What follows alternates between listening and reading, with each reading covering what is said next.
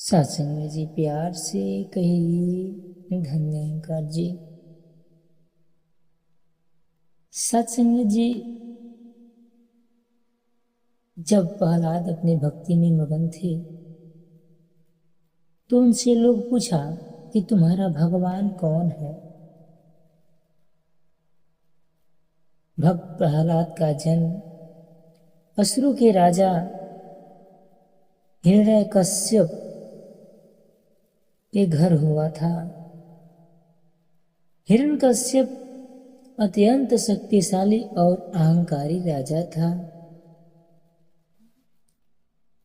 उसने कठोर तपस्या करके ब्रह्मा जी से वरदान प्राप्त किया था। इस वरदान के कारण वह स्वयं को अजय और अमर समझने लगा और चाहता था कि सभी लोग उसकी पूजा करें। लेकिन उसके पुत्र प्रहलाद का मन बचपन से ही भगवान विष्णु की भक्ति में लगा रहता था।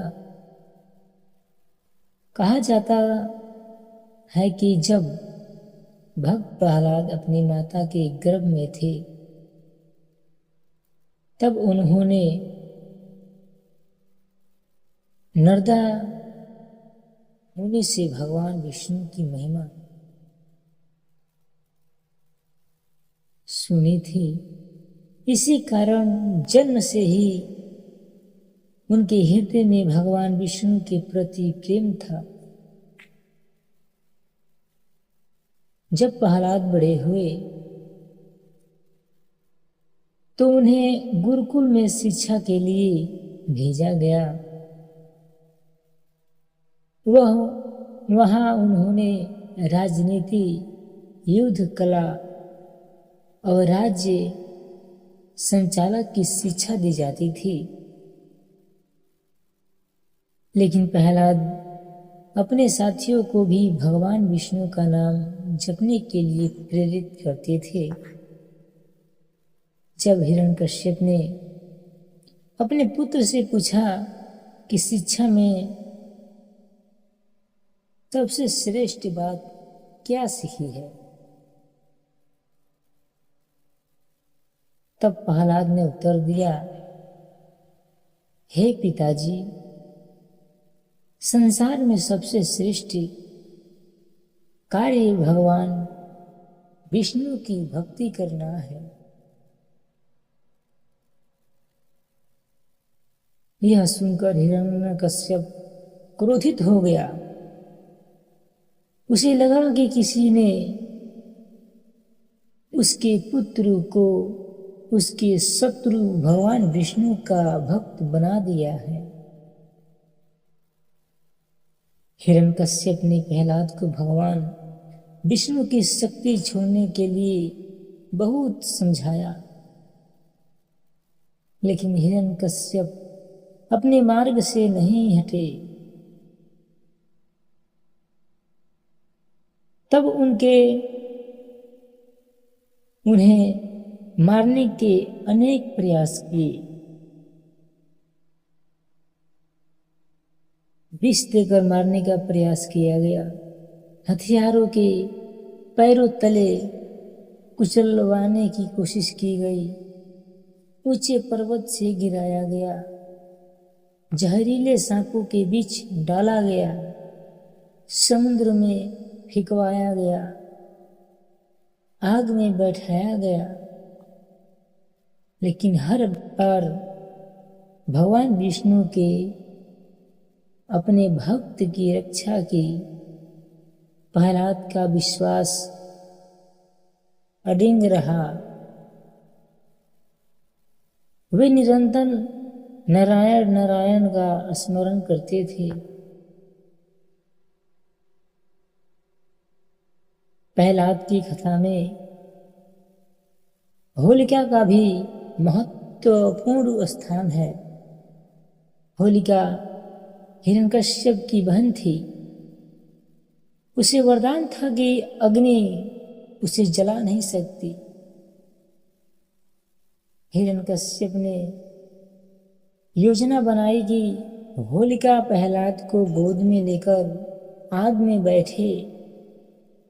होलिका आग में बैठ गई, लेकिन भगवान विष्णु की कृपा से प्रहलाद सुरक्षित बच गया और होलिका जल कर भस्म हो गई।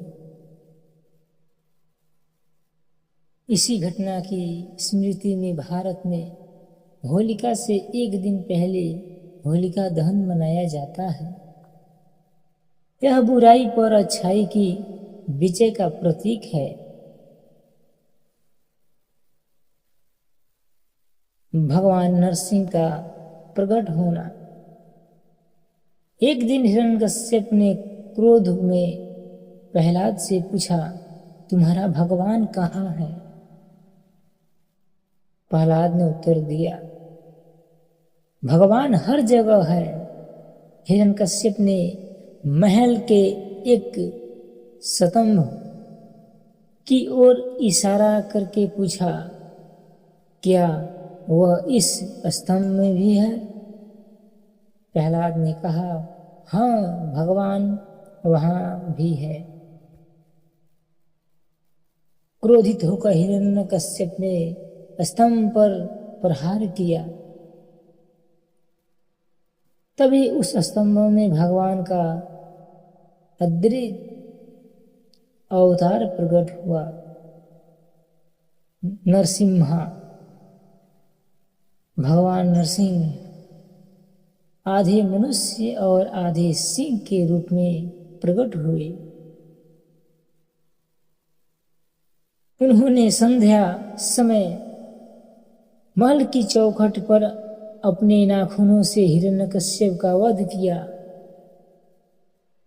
इस प्रकार ब्रह्मा के वरदान की भी सभी शर्तें बनी रही और अधर्म का अंत हुआ। भक्त प्रहलाद की भक्ति केवल पूजा पाठ तक सीमित नहीं थी। वे ईश्वर पर पूर्ण विश्वास करते थे। उन्होंने हमें सिखाया कि सच्चे मन से की गई भक्ति कभी व्यर्थ नहीं जाती। ईश्वर अपने भक्तों की रक्षा अवश्य करते हैं। अहंकार का अंत निश्चित है। कठिन परिस्थितियों में भी सत्य का साथ नहीं छोड़ना चाहिए। प्रेम, करुणा और श्रद्धा जीवन को महान बना देती है। भक्त प्रहलाद के भगवान विष्णु थे, जिन्होंने अपने भक्त की रक्षा के लिए भगवान नरसिंह के रूप में अवतार लिया। प्रहलाद की कथा भक्ति, विश्वास और ईश्वर के प्रति अटूट स्मरण का अनुपम उदाहरण है। आज भी जब भक्त प्रहलाद का नाम लिया जाता है तो उनके अटूट विश्वास और भगवान विष्णु की कृपा का स्मरण होता है।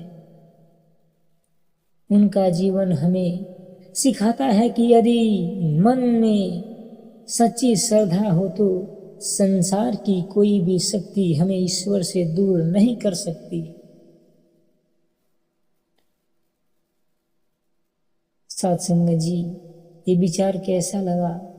अगर ये विचार आप सबको अच्छा लगे तो इस चैनल को लाइक, शेयर, सब्सक्राइब जरूर कीजिएगा और कमेंट में अपना विचार देना मत भूलिएगा। साथ संगत जी, प्यार से कहिए, धन निरंकार जी।